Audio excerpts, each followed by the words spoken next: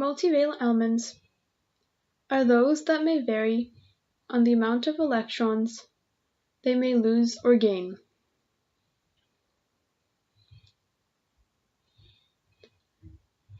Today I will teach you about 5.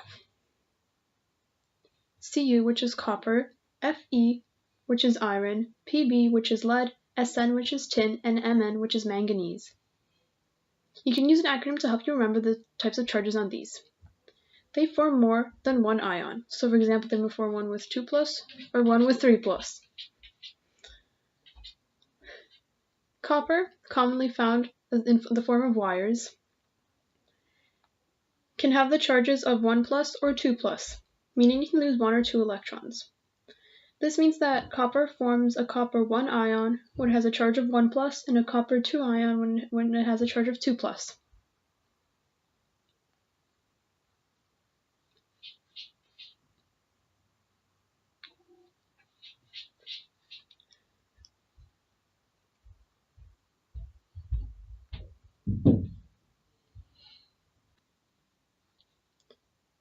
Iron.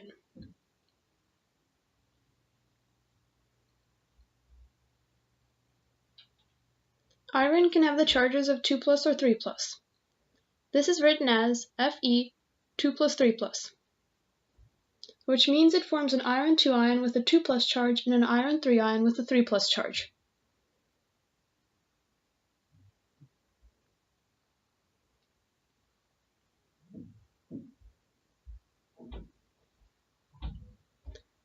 Lead.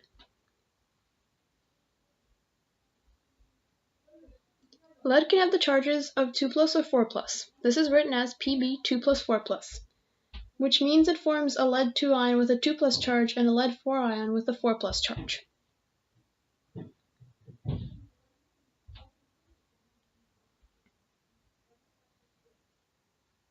Tin. Tin can have the charges of 2+ or 4+, written as Sn 2 + 4+. This means it forms a tin 2 ion with a 2+ charge and a tin 4 ion with a 4+ charge. And finally, manganese. Manganese can have the charges of 2+ or 4+ as well. This is written as Mn 2 + 4+. This means it forms a manganese 2 ion with a 2+ charge and a manganese 4 ion with a 4+ charge. Notice that the charges of the ion in the formula relates to the Roman numerals in the names. To name these, you first need to figure out the charge that the multivalent ion has by undoing the crisscross method, as in crossing numbers back to their original places. Keep in mind, the subscripts might have been simplified, so first find out if the charge of the anion is correct by checking the periodic table or using the Bohr diagram. Then, you find out the name of the multivalent ion and in brackets, write out the Roman numerals that correspond to the charge after that.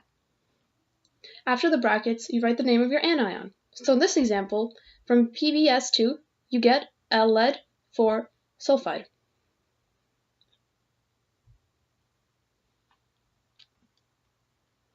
To give the formula to a multivalent compound from a name, you'll first need to write out the symbols for the ions.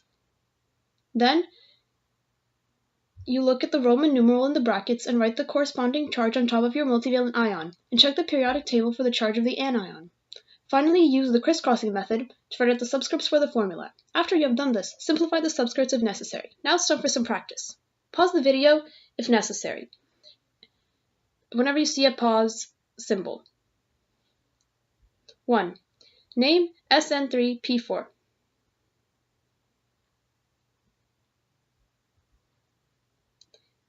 SN3P4, if you undo that and follow my steps, then you should get tin 4 phosphide.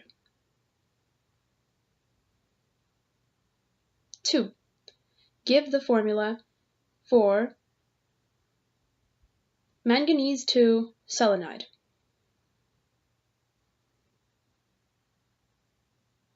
You should have gotten the answer MnSe. 3. True or false? FeI3 equals iron 3 iodide. The answer is true. Congratulations if you got those correct. Thank you for checking out this video, and I hope you come back for more lessons.